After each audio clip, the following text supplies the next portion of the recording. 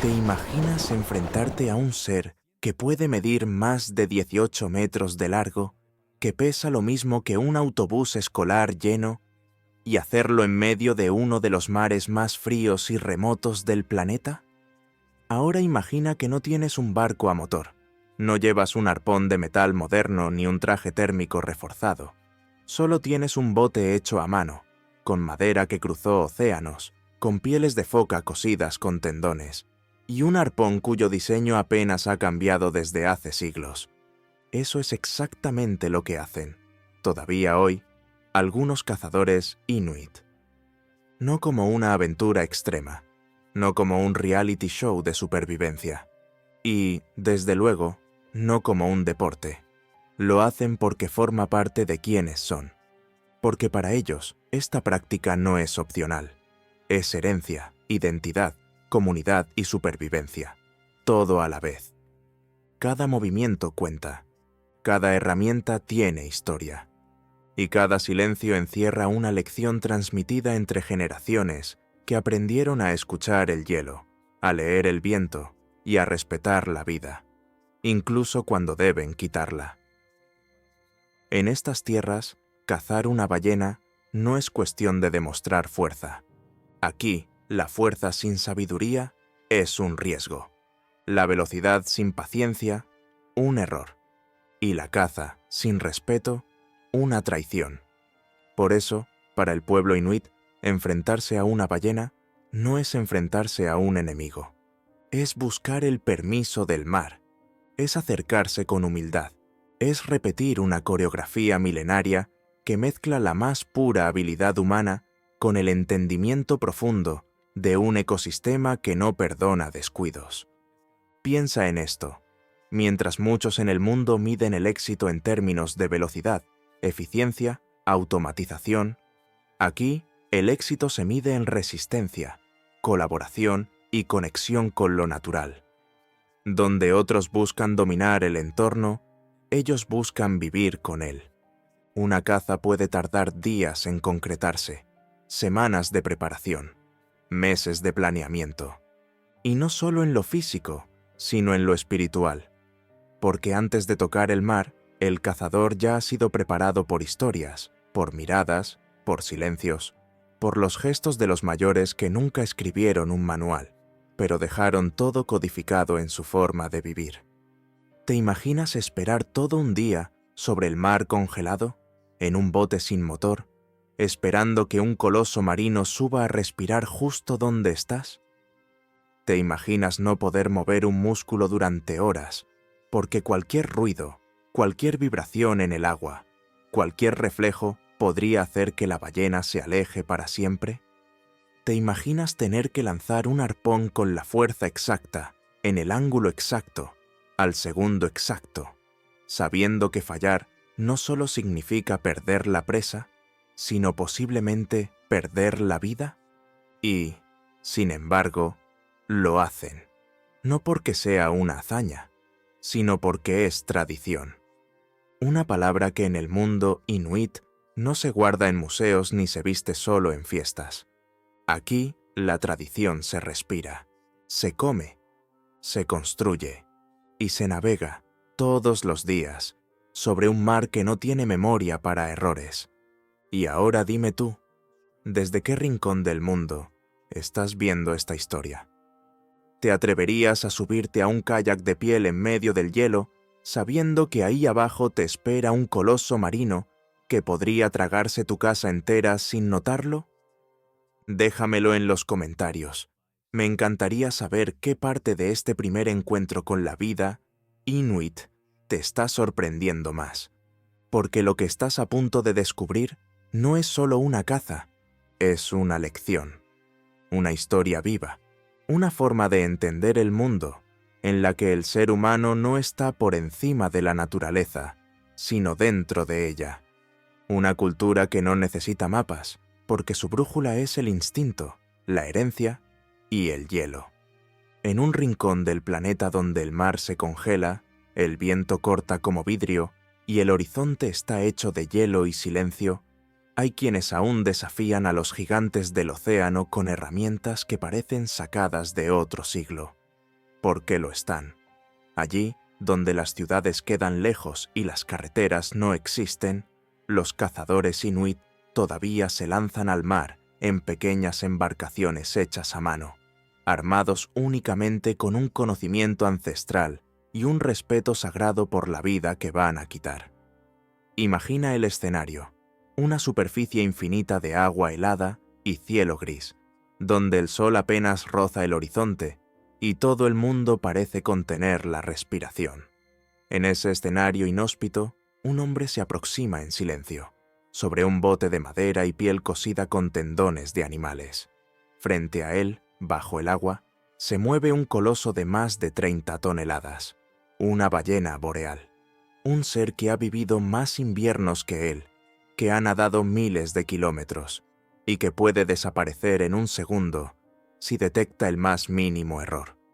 Y, sin embargo, ese hombre no tiene miedo, porque no está improvisando, no está probando suerte, está siguiendo pasos antiguos, caminos invisibles marcados por sus abuelos, por los abuelos de sus abuelos, por una cadena ininterrumpida de experiencia, observación y humildad. En la cultura inuit, la caza de ballenas no es una ocurrencia, es una coreografía, un ritual silencioso donde cada detalle importa, la forma de cortar la piel para impermeabilizar el kayak, el modo de afilar el arpón, la elección del momento exacto para lanzar. Nada es al azar. Todo ha sido probado, afinado y corregido generación tras generación, no en laboratorios, sino en hielo crujiente, en tormentas de nieve, en aguas negras donde cada error podía ser el último. Cazar una ballena no es solo una hazaña física, no es cuestión de músculo o valentía temeraria. Es, ante todo, una demostración de sabiduría práctica y espiritual. El cazador debe conocer el comportamiento del animal, leer sus movimientos, anticipar sus rutas migratorias, entender las señales del mar, las corrientes, las aves, incluso los silencios. Debe dominar no solo el arte del sigilo, sino también el del respeto. Porque, en el pensamiento inuit, la ballena no es un enemigo ni una bestia. Es una criatura sabia, antigua, poderosa. Una criatura que se deja cazar si se le honra. Por eso, muchos cazadores comienzan su viaje no pidiendo suerte, sino pidiendo permiso. Hay quien, antes de lanzarse al agua, se detiene en la orilla, cierra los ojos y murmura unas palabras que no son rezos, pero tampoco son órdenes. Son reconocimientos, agradecimientos adelantados por lo que está por venir, si es que el mar así lo permite. En este mundo de hielo y viento, donde el frío se mete en los huesos y todo lo vivo parece batallar cada segundo por no morir, el ser humano no se impone. Aprende a convivir, a adaptarse, a moverse con cuidado entre fuerzas mayores, y es justamente esa relación entre fragilidad humana y poder natural la que le da a la caza inuit su dimensión más profunda. El cazador no se lanza al mar para conquistar, sino para formar parte de un equilibrio antiguo. Su victoria no está en dominar a la ballena, sino en ser digno de ella. Por eso, la caza no se enseña con palabras, se transmite con gestos, con silencios compartidos, con noches al lado del fuego, escuchando relatos de cuando el hielo crujía demasiado cerca, o de cuando una ballena giró justo antes del lanzamiento. Es un conocimiento que no se puede escribir del todo, porque vive en los cuerpos, en las manos, en los ojos de quienes han salido y han vuelto, de quienes conocen ese momento exacto en que el mar deja de ser mar y se convierte en decisión. Y tú, que estás viendo o leyendo esta historia desde quién sabe qué lugar del mundo, tal vez pienses que todo esto suena a leyenda, a algo del pasado. Pero no lo es. Esto está ocurriendo ahora, todavía hoy. En este mismo instante, puede que un cazador esté saliendo en su kayak, repasando mentalmente la ruta migratoria, observando las nubes, oliendo el viento, escuchando a las aves. afinando el silencio, preparado para encontrarse con una criatura que ha sobrevivido glaciaciones, redes industriales y motores ruidosos, pero que aún reconoce en el sigilo inuit algo familiar, algo antiguo, algo verdadero. Y ahora cuéntame tú, con total honestidad, ¿te atreverías a subirte a un bote hecho de piel y madera, sin motor, sin GPS, con el agua a -2 grados Celsius y el viento silbando promesas de tormenta, sabiendo que ahí abajo, bajo la calma engañosa del hielo, se mueve una sombra gigantesca que te observa antes de que tú la veas a ella? Déjamelo en los comentarios. Dime desde dónde estás viendo esta historia. ¿Qué parte de esta forma de vida te ha tocado más? Porque este viaje no es solo sobre ballenas, es sobre nosotros, sobre cómo nos relacionamos con la vida, con el riesgo, con la memoria, sobre cómo, en un mundo que corre cada vez más rápido, hay quienes todavía saben moverse al ritmo del hielo. Si el arpón es la lanza, el kayak es el cuerpo del cazador inuit. Y no es una metáfora. Cuando uno observa cómo un cazador se desliza sobre las aguas heladas del Ártico, sin emitir sonido, sin dejar estela, casi sin romper la superficie del mar, comprende que ese bote no es una embarcación común, es una prolongación viva de su ocupante. En medio de un mundo donde todo suena, todo vibra, todo cruje, el kayak inuit es silencio puro, invisibilidad flotante, sigilo encarnado. Construido con materiales naturales que no solo se integran al ambiente, sino que pertenecen al ambiente, el kayak tradicional está hecho de una estructura interna de madera ligera, a menudo recogida de árboles arrastrados por las corrientes desde miles de kilómetros de distancia, y cubierto completamente con piel de foca estirada y cosida con tendones secos. No hay clavos, no hay pegamentos, solo unión perfecta entre elementos vivos y las manos que los ensamblan. El resultado no es solo funcional, es hermoso. Un kayak bien hecho parece más una escultura que un bote. Y lo más extraordinario es que no se trata de arte por arte. Cada curva, cada costura, cada centímetro del casco responde a siglos de prueba y error, de perfección silenciosa, en medio de un entorno que no perdona fallos.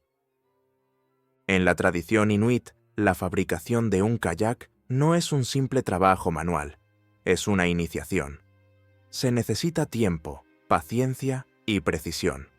El joven que construye su primer kayak aprende a medir no con reglas, sino con su cuerpo. El largo del antebrazo para la distancia entre costillas del casco, la longitud del pie para la altura del asiento. Porque ese kayak no está diseñado para cualquiera, está diseñado para él. Es un traje flotante, adaptado a su peso, su fuerza, su estilo de remo, incluso su forma de respirar. Y si lo hace bien, ese kayak lo acompañará por años, llevándolo por aguas traicioneras, sobreviviendo a tormentas, rozando bloques de hielo, esquivando ballenas. El kayak no lleva compartimientos. No hay lugar para el descuido ni para lo innecesario. Todo lo que va dentro debe ser útil, y todo lo que no se domina, estorba. Algunos llevan bajo el asiento una pequeña bolsa con herramientas mínimas, una cuerda extra, una piedra afilada y, en muchos casos, un recuerdo personal, una pieza de hueso tallado por el abuelo, una trenza de pelo de la madre, un amuleto que ha pasado por 3 generaciones. Porque en el kayak no solo se carga equipo, se carga historia. Moverse en un kayak inuit es aprender el arte de hacerse invisible, no solo para la presa, sino para el propio mar. Cada remo entra al agua con una técnica que evita salpicaduras, que corta el agua como cuchillo en mantequilla congelada. El ritmo no es veloz, es constante, es hipnótico. Desde la orilla, parece que el cazador no se desplaza, pero si uno parpadea, ya está lejos. Si uno duda, ya desapareció tras una sombra de hielo. El sigilo es tan importante que los cazadores han desarrollado formas específicas de moverse según el estado del mar. Si hay oleaje, el kayak se adapta al vaivén como si fuera una foca más. Si hay calma total, el remo se desliza con una presión tan delicada que apenas perturba la superficie. Algunos ancianos dicen que, si uno escucha al kayak moverse, ya ha fracasado. Uno de ellos me dijo: «El buen cazador no asusta al agua, la convence de que es parte de ella». Y es que, para el cazador inuit, el kayak es más que una herramienta, es un aliado. No se le repara a la ligera, se le limpia con cuidado, se le rehidrata la piel, se le revisan las costuras con un ritual casi doméstico. En las aldeas tradicionales, era común ver a los ancianos revisando los kayaks cada tarde, con la misma paciencia con la que otros limpian armas o afinan instrumentos. No hay prisa, porque un kayak roto no significa solo perder una caza. Puede significar morir congelado a pocos metros de la costa. Pero quizás lo más poderoso del kayak no es su diseño, ni su ligereza, ni su adaptabilidad. Es lo que representa. En un mundo como el del Ártico, donde todo lo que rodea al ser humano es más grande, más fuerte, más impredecible, el kayak es una demostración de humildad y de ingenio.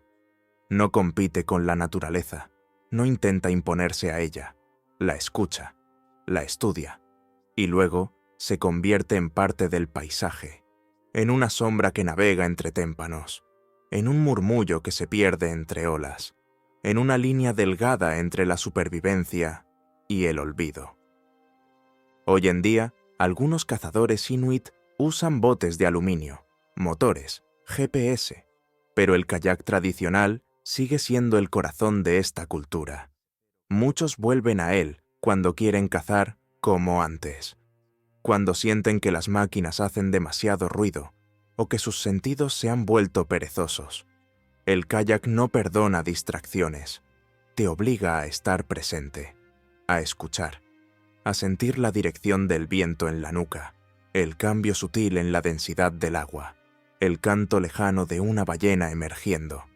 Porque en el kayak no hay piloto automático, solo estás tú y el mar. Si el kayak es la sombra que se desliza, el arpón es el rayo que corta el destino. No hay herramienta más simbólica, más precisa, más mortal, ni más respetada en toda la tradición cazadora inuit que el arpón. No es simplemente una lanza, no es un palo puntiagudo que se lanza al azar. Es una obra de ingeniería ancestral, diseñada no solo para matar, sino para entender a la criatura que se caza. Cada parte del arpón habla de adaptación, de experiencia acumulada, de la íntima relación entre el cazador y su presa. Porque aquí, en el extremo del mundo, no se caza con prisa, se caza con memoria. El diseño del arpón tradicional inuit es extraordinariamente complejo, pero su genialidad está disfrazada de sencillez. En su forma más antigua y eficaz, está compuesto por una asta larga y flexible, una punta desmontable, la famosa cabeza giratoria, y una cuerda que lo conecta todo al cazador o a su kayak. La magia ocurre justo después del impacto. Al penetrar el cuerpo del animal, la cabeza se libera de su base y se gira dentro de la carne, atrapándose firmemente bajo la piel o entre las costillas. Así, aunque la ballena se sumerja, aunque se sacuda o intente huir con toda su fuerza, la punta permanece anclada, resistiendo la presión, el agua y el tiempo. Este mecanismo de rotación no fue diseñado por ingenieros en un laboratorio. Fue desarrollado tras siglos de observación, de errores y muertes, de lanzamientos fallidos y cacerías perdidas, hasta que alguien, tal vez hace más de 1000 años, entendió que una punta fija era insuficiente, que hacía falta un sistema que pudiera anclar, retener y resistir la furia del mar y de un animal que puede pesar más que una casa. Y ese alguien, con herramientas básicas, materiales naturales y un conocimiento agudo del comportamiento animal, inventó uno de los dispositivos de caza más eficaces jamás concebidos por el ser humano. Pero el poder del arpón no está solo en su diseño, está en sus materiales. Nada aquí es improvisado. Las puntas tradicionales están hechas de marfil de morsa, hueso de ballena o hasta de caribú. No se usan por nostalgia ni romanticismo. Se usan porque, en el frío extremo, estos materiales naturales resisten mejor que el metal. A temperaturas bajo cero, el acero puede quebrarse, pero el hueso, bien curado, bien tallado, se comporta como una aleación inteligente, flexible, tenaz, confiable. Muchos cazadores aún prefieren el tacto cálido y la respuesta viva de la punta de marfil frente al metal moderno, incluso cuando podrían usar acero inoxidable de fábrica. La cuerda del arpón es otra obra maestra. Tradicionalmente hecha de piel de foca barbuda, esta cuerda no es una simple atadura. Es el vínculo entre el cazador y la ballena, una extensión de sus sentidos. El proceso para fabricarla toma semanas. Se corta la piel en largas tiras, se seca, se trenza cuidadosamente y se trata con grasa para mantenerla flexible. El resultado es una línea que puede soportar toneladas de presión, que no se rompe fácilmente, que se comporta con una elasticidad precisa bajo la tensión repentina de una criatura herida. Hay una sabiduría en el grosor de la cuerda, en el modo en que se enrolla para lanzarla, en la forma en que se guarda para que no se enrede. Un cazador experimentado puede saber, por la vibración en la línea, si la ballena está descendiendo, girando o preparando una sacudida. Y es por eso que algunos aún prefieren las cuerdas de piel de foca. Como uno dijo con una sonrisa, el nylon te dice que la ballena está tirando, la piel te dice si está enojada. No se trata solo de sensibilidad, se trata de conexión. La cuerda es también memoria. Algunos arpones tienen líneas que fueron tejidas por abuelas que ya no están, reforzadas por padres, remendadas por hijos. Es común ver marcas talladas en el mango del arpón, una para cada caza exitosa, otra para cada ballena perdida, otras aún para recordar aquel día en que casi no vuelven. Porque sí, cada arpón es también un diario sin palabras, pero cargado de historia. El mantenimiento del arpón es un ritual en sí mismo. Después de cada uso, se limpia con agua dulce si es posible. Se seca al aire libre, lejos del sol directo. La cabeza giratoria se revisa, se afila, se engrasa, a menudo con aceite de foca, que protege contra la sal y la humedad. Algunos cazadores guardan las puntas en pequeñas bolsas de cuero, con inscripciones que solo ellos comprenden. No porque sean supersticiosos, sino porque saben que, en el mar, tu equipo debe ser no solo preciso, sino confiable como tu propia sombra. En una cultura que ha vivido durante siglos dependiendo de sus herramientas, el arpón no es solo arma, es compañero, es legado, es símbolo. Hay familias que conservan arpones antiguos como reliquias, no para usarlos, sino para enseñar con ellos, para que los niños entiendan qué se espera de un cazador, no que sea fuerte, sino que sea cuidadoso, responsable, capaz de afilar, atar, mantener, porque el arpón que falla no es el que se rompe, es el que no fue respetado. Hoy, con el acceso a materiales industriales, algunos cazadores han comenzado a utilizar cabezas de acero templado, líneas sintéticas tratadas con teflón, mangos de aleación ligera. Pero incluso en esos casos, el diseño esencial no cambia, porque la función dicta la forma, y el principio ancestral sigue vigente. La herramienta no es para matar rápido, es para conectar, para hacer del cazador una parte del ciclo, no una interrupción violenta. El momento del lanzamiento es tan íntimo que muchos lo describen como una suspensión del tiempo, un instante donde el brazo, el ojo, el corazón y el mar se alinean. No se lanza con furia, se lanza con decisión, como un cirujano, como un músico, como alguien que sabe que no tendrá una segunda oportunidad. Y cuando el arpón vuela, corta el aire no con ruido, sino con una especie de gravedad ceremonial, porque lo que está en juego no es solo una caza, es una historia, es una vida, es una comunidad que espera, es un pasado que continúa. En un mundo que se mueve cada vez más rápido, donde la información viaja por satélites y las decisiones dependen de algoritmos, todavía existen personas que pueden predecir el comportamiento del océano solo observando el color del cielo al amanecer. Personas que detectan la cercanía de una ballena porque sienten un cambio en la dirección del viento, o que saben si el hielo es seguro con solo apoyar el oído contra su superficie. Esas personas son los cazadores Inuit. Ellos no navegan con brújulas digitales ni trazan rutas con mapas electrónicos. Su GPS es el instinto cultivado, el recuerdo de historias contadas junto al fuego, el entrenamiento paciente de quienes aprendieron a leer un mundo que no tiene señales escritas, pero sí miles de mensajes visibles solo para los ojos que saben mirar. Porque el océano Ártico no es solo agua, es un organismo vivo. Se mueve, respira, cambia de humor. Y cada uno de esos cambios puede marcar la diferencia entre la vida y la muerte. No hay margen de error. Un cazador no puede decir, no lo vi venir. Debe verlo antes de que ocurra. Uno de los primeros aprendizajes que recibe un joven inuit no es como lanzar un arpón, es como observar el hielo. No todos los hielos son iguales. Hay hielo joven, delgado, traicionero, que se quiebra con el peso de un zorro. Hay hielo viejo, compacto, confiable, que ha resistido 5 inviernos. Y hay palíneas, huecos en el hielo provocados por corrientes submarinas, donde las ballenas suelen salir a respirar. Un cazador experimentado no necesita verlas directamente. Las intuye por el vapor en el aire, por el vuelo de ciertas aves, por el modo en que cruje el hielo cercano.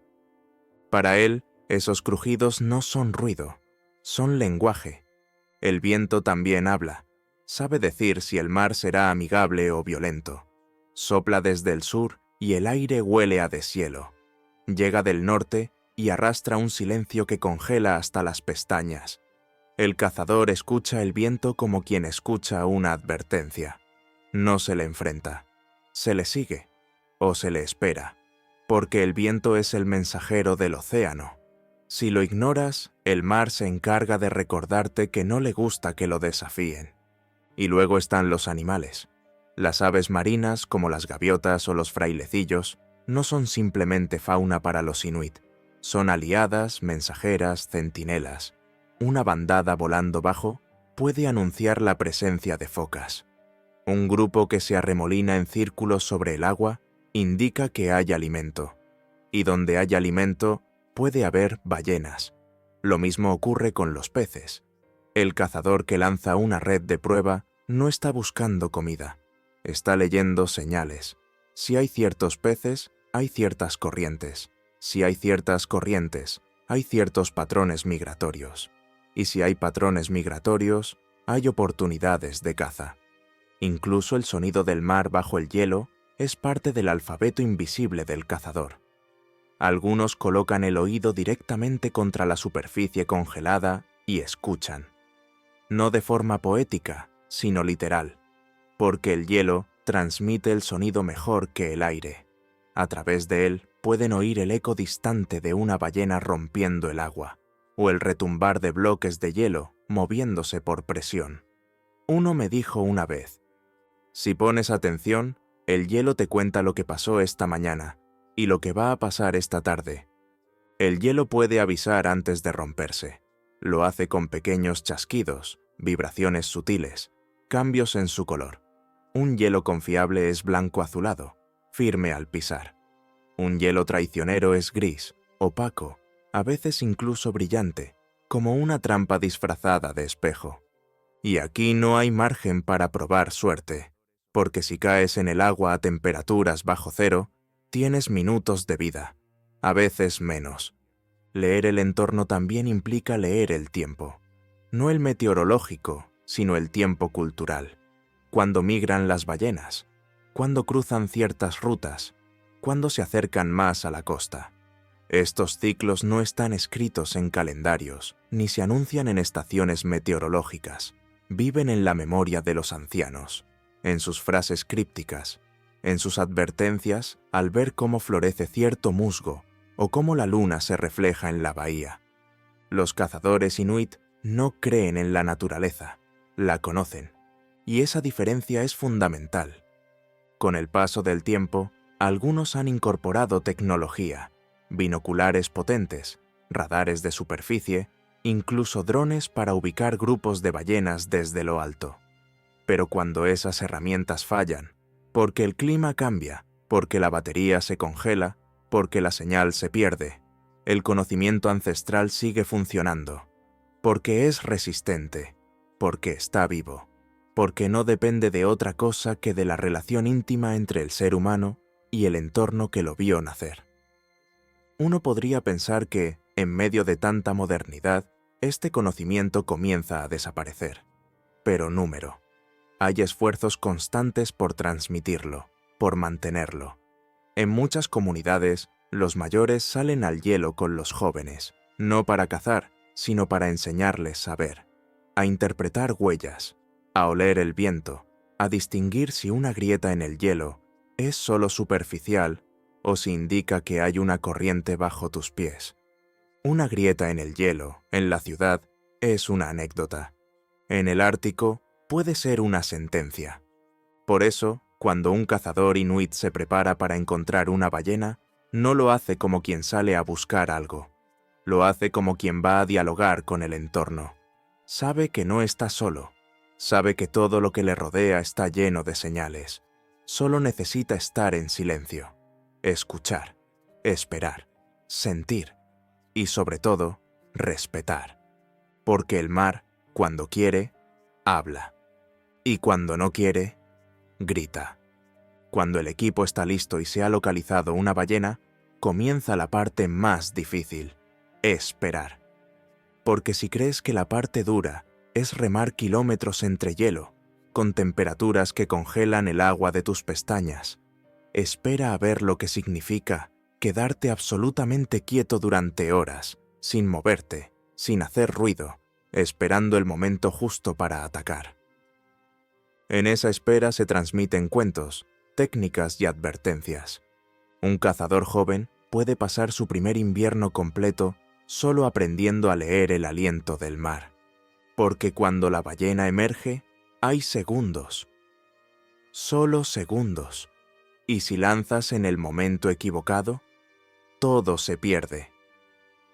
Una vez que la ballena ha sido localizada, comienza el acercamiento, y aquí es donde el cazador se convierte casi en sombra, porque acercarse a un animal que escucha mejor bajo el agua de lo que tú escuchas en tu sala con auriculares, no es fácil. El kayak se mueve a favor del viento, aprovechando cualquier corriente, cualquier suspiro de la marea. Nada de avanzar en línea recta.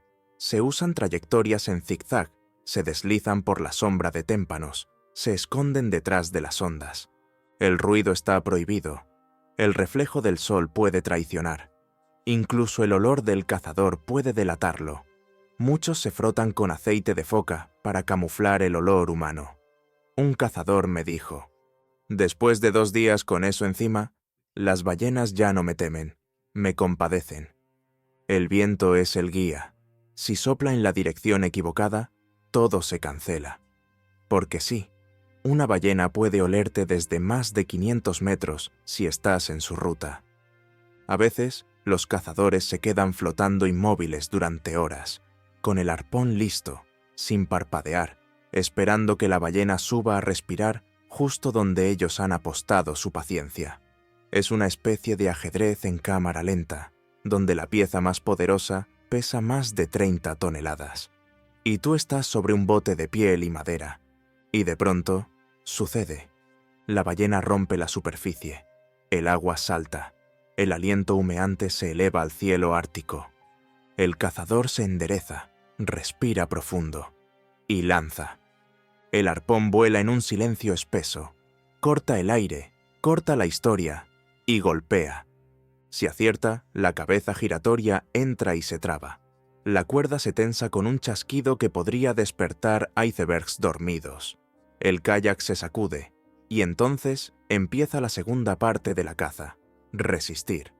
Una ballena herida no huye, se sumerge, y cuando lo hace, jala el arpón, la cuerda, el kayak, al cazador, y todo lo que esté atado. La presión es brutal. El cazador debe dejar que la cuerda corra, pero no demasiado. Amortiguar los tirones sin soltar.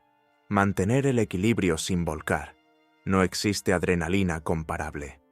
Algunos cazadores describen este momento como bailar con un espíritu marino enfurecido.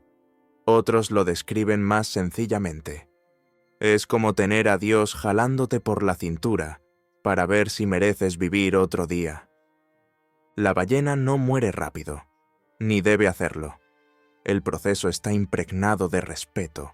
No se le persigue sin pausa. Se le deja espacio. Se espera. Se honra su resistencia. Porque en la cultura inuit la ballena se entrega, no se la toma. Al cabo de horas, la criatura reduce su fuerza. El mar se calma. El cazador, agotado, comienza a arrimarse. No se celebra, no se grita, no hay júbilo. Solo una profunda conexión con lo que acaba de ocurrir. Y entonces, comienza el trabajo. Sobre un banco de hielo firme o junto a la costa, comienza el despiece. No es solo trabajo físico, es un acto sagrado. Cada parte tiene un propósito. La carne se guarda en grandes bloques. La grasa se separa cuidadosamente para producir aceite. Ese aceite servirá para cocinar, para iluminar, para proteger. Los huesos serán usados en construcción, en herramientas, en arte.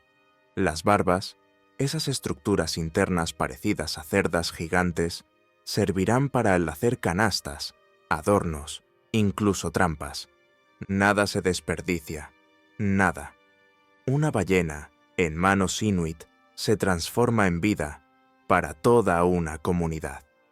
La distribución de la ballena es una coreografía colectiva. Cada familia recibe una parte, los ancianos primero, luego las madres, luego el resto. Los que no pudieron cazar reciben igual, los enfermos también, porque la caza es individual, pero la supervivencia es colectiva. Y esto no es nuevo. Hay registros de repartos ceremoniales desde hace más de 1000 años. Algunas aldeas incluso tenían canciones específicas para anunciar la llegada de carne de ballena. Canciones que se cantan todavía hoy. En una ocasión, un niño pequeño alzó un pedazo de muktuk y dijo: «Esto es lo que sabe ahogar».